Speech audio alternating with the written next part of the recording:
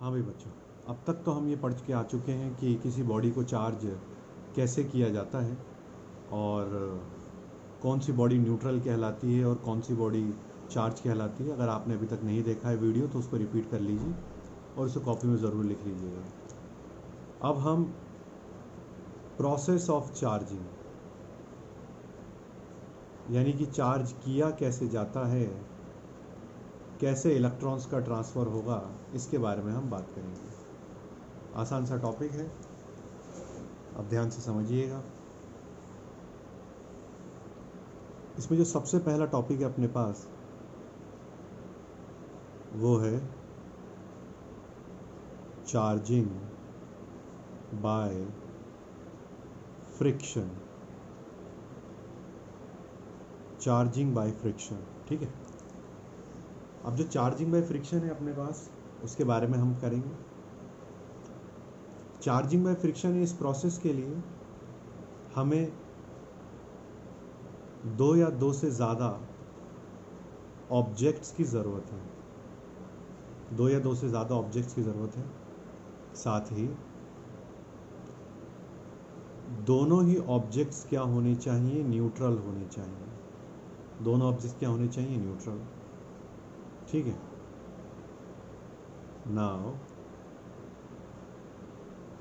Made them in physical contact. अब हम उनको किस में लेकर आते हैं, फिजिकल कांटेक्ट में लेकर आते हैं, ठीक है। फिजिकल कांटेक्ट में लेकर आते हैं उनको हम। तो जब हम उनको फिजिकल कांटेक्ट में लेकर आएंगे तो क्या होगा, फिजिकल कांटेक्ट में लाने से क्या होगा। अच्छा, फिजिकल कांटेक्ट का मतलब क्या, उसको समझिएगा। हमारे पास जो दो ऑब्जेक्ट हैं वो दोनों डिफरेंट नेचर की भी हो सकते हैं और दोनों सेम नेचर की भी हो सकते हैं, ठीक है। जो न्यूट्रल ऑब्जेक्ट्स हम ले रहे हैं तो न्यूट्रल में दोनों ही ऑब्जेक्ट्स कंडक्टर हो सकते हैं या दोनों ही ऑब्जेक्ट्स इंसुलेटर हो सकते हैं। इनके बारे में आगे स्टडी करेंगे। तो now made them in physical contact. Physical contact का मतलब क्या है, जैसे एक ऑब्जेक्ट का एटम है, ये अपने पास है एटम वन। ये एटम वन है, ये एटम वन का न्यूक्लियस है, ये एटम वन के न्यूक्लियस का इलेक्ट्रॉन है। और ये एटम टू के का न्यूक्लियस है और ये इसका इलेक्ट्रॉन है।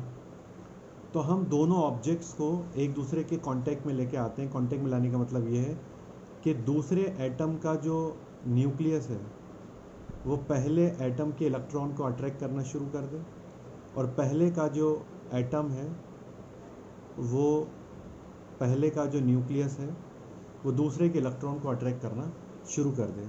जब ऐसा होगा तो हम क्या कहेंगे, जब ऐसा होगा तो हम क्या कहेंगे कि ये कांटेक्ट में आ गए हैं, ठीक है। अब हम क्या करेंगे, नाउ मूव देम रिलेटिवली। अब इनको रिलेटिवली मूव कराइए आप, ठीक है। एक दूसरे रिस्पेक्ट में मूव कराइए। आपको याद होना चाहिए कि फ्रिक्शन जो है वो रिलेटिव मोशन का अपोज करता है ना। मूव देम रिलेटिवली यानी एक के रिस्पेक्ट में दूसरे को अगर आप मोशन में लाएं एक के रिस्पेक्ट में अगर आप दूसरे को मोशन में लेकर आएंगे तो क्या होगा, friction comes into play. Friction existence में आ जाएगा और जब फ्रिक्शन एग्जिस्टेंस में आ जाएगा तो क्या होगा, फ्रिक्शन के एग्जिस्टेंस में आने से क्या होगा,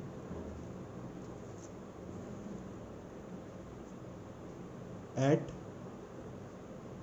कांटेक्ट पार्ट, जो कांटेक्ट पार्ट होता है, टेम्परेचर राइजेस, टेम्परेचर राइज करेगा and the electron which is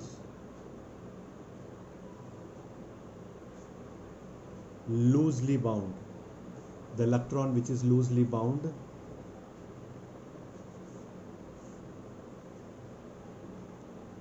leaves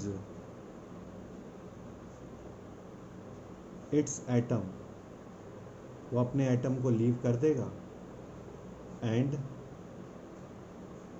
reach to the another atom, और दूसरे एटम के पास चला जाएगा। भाई ऑब्वियस बात है कि हर इलेक्ट्रॉन पे कितने फोर्स है? 2 फोर्स हैं। ये पहले एटम का जो न्यूक्लियस है वो अपने इलेक्ट्रॉन पे फोर्स लगा रहे हैं, और उसी इलेक्ट्रॉन पर दूसरे एटम का न्यूक्लियस भी फोर्स लगा रहा है। वैसे ही दूसरे एटम का जो न्यूक्लियस है वो अपने इलेक्ट्रॉन पे फोर्स लगा रहा है, आउटर मोस्ट शेल के इलेक्ट्रॉन पर। वैसे ही पहले एटम का जो न्यूक्लियस है वो भी इस पर फोर्स लगा रहा है। तो हर एक इलेक्ट्रॉन पर 2 अट्रैक्शन फोर्स यहाँ पर लग रहे हैं। तो जिस पर जो फोर्स ज़्यादा हो जाएगा वही फोर्स चला जाएगा, उसी डायरेक्शन में वो चला जाएगा। तो टेम्परेचर बढ़ेगा, टेम्परेचर बढ़ने से इलेक्ट्रॉन को मिलती है काइनेटिक एनर्जी, और इसी काइनेटिक एनर्जी की वजह से वो क्या करेगा, अपना जो एटम है वो छोड़ देगा, लूजली बाउंड जो सबसे ढीला बंधा होगा इलेक्ट्रॉन वो छोड़ देगा और दूसरे एटम में चला जाएगा। एज अ रिजल्ट जिसने इलेक्ट्रॉन दिया वो तो पॉजिटिवली चार्ज हो जाएगा, क्योंकि उसमें नंबर ऑफ इलेक्ट्रॉन्स कम हो जाएंगे, तो वो डोनर कहलाएगा। और जिसने इलेक्ट्रॉन्स गेन किए, जिसके पास इलेक्ट्रॉन गए, उसमें नंबर ऑफ इलेक्ट्रॉन्स एक्स्ट्रा आपको देखने के लिए मिलेंगे।